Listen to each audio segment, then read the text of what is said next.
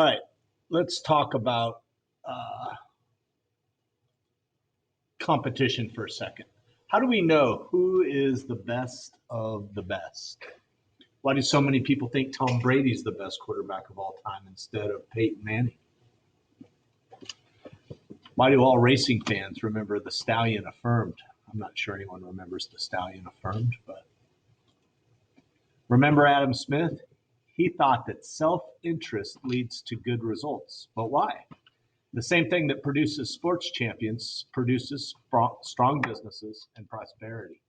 Competition.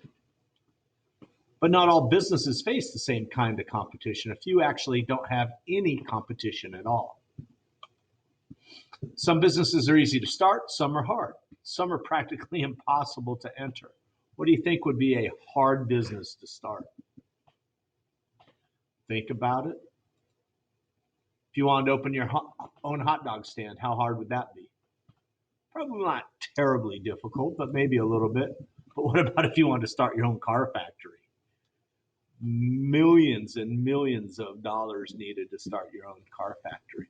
Have you ever heard of a brand new startup electric company? Another very expensive industry to try to get into.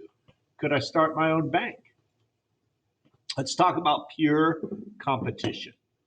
The simplest market structure to study is one known as a pure competition. In such a market, every firm produces the same product for about the same price. Because each firm produces a small part of the total supply, no one firm can control the price. In order to have a pure competition in a market, it has to meet four different conditions. It must have many buyers and sellers participating. The sellers have to offer the identical products. Products that are the same no matter who makes them are called commodities. Buyers and sellers must be well informed about the products, and sellers must be able to enter and leave the market easily. So which one of these is not a characteristic of a pure competition? Think about it. Unique products, well-informed consumers, many sellers, or easy market exit? Think, A, B, C, or D? Your answer is E. They all have to have the same product in a pure competition. Only a few industries come close to meeting these conditions. Two examples are the market for farm products, like a farmer's market. You have each stand kind of selling the same vegetables for roughly the same price, and then stocks that are traded on a stock exchange. Factors that make it difficult for firms, for a company to enter a market are called barriers to entry. Common barriers to entry startup include startup costs and technologies. It's not easy, it's not cheap to start a business. Even that little hot dog cart, you have to buy the cart, or a food truck, and you have to get all your permits, and you have to get all of your supplies and print your menus. There's so many things you have to do even before you open up the doors. Startup costs are the expenses an owner has to pay before opening a new business, kind of like I said. Why do high startup costs serve as a barrier to market entry? Does it frighten inexperienced entrepreneurs out of the market? Does it prevent the possibility of earning significant profits? Is it because they're subject to high government regulation?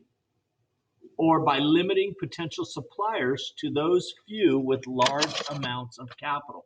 Capital is the money to start the business. So yes, it limits potential suppliers to those few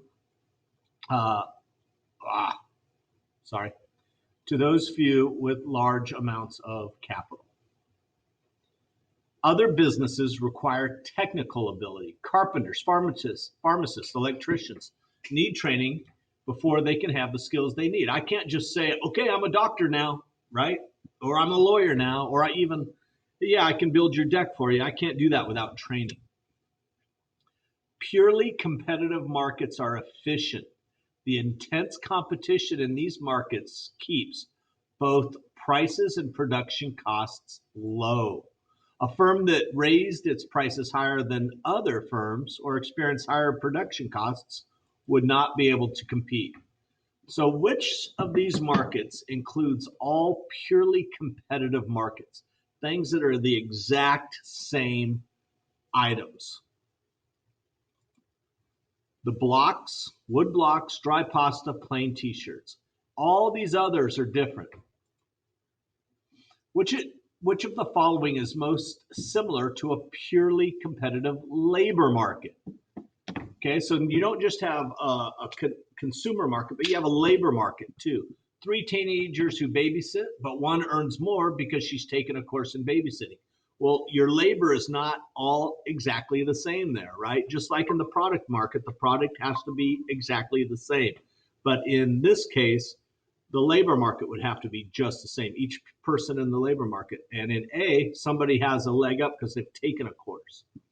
3 teenagers who each earn money by raking leaves for different people in the neighborhood. That looks pretty good. That sounds good. 3 teenagers who've taken classes in computer programming and now work for a local startup company. Well, those 3 are already working. And then 3 teenagers who pooled their money to buy a lawnmower so they can use it for lawn mowing businesses.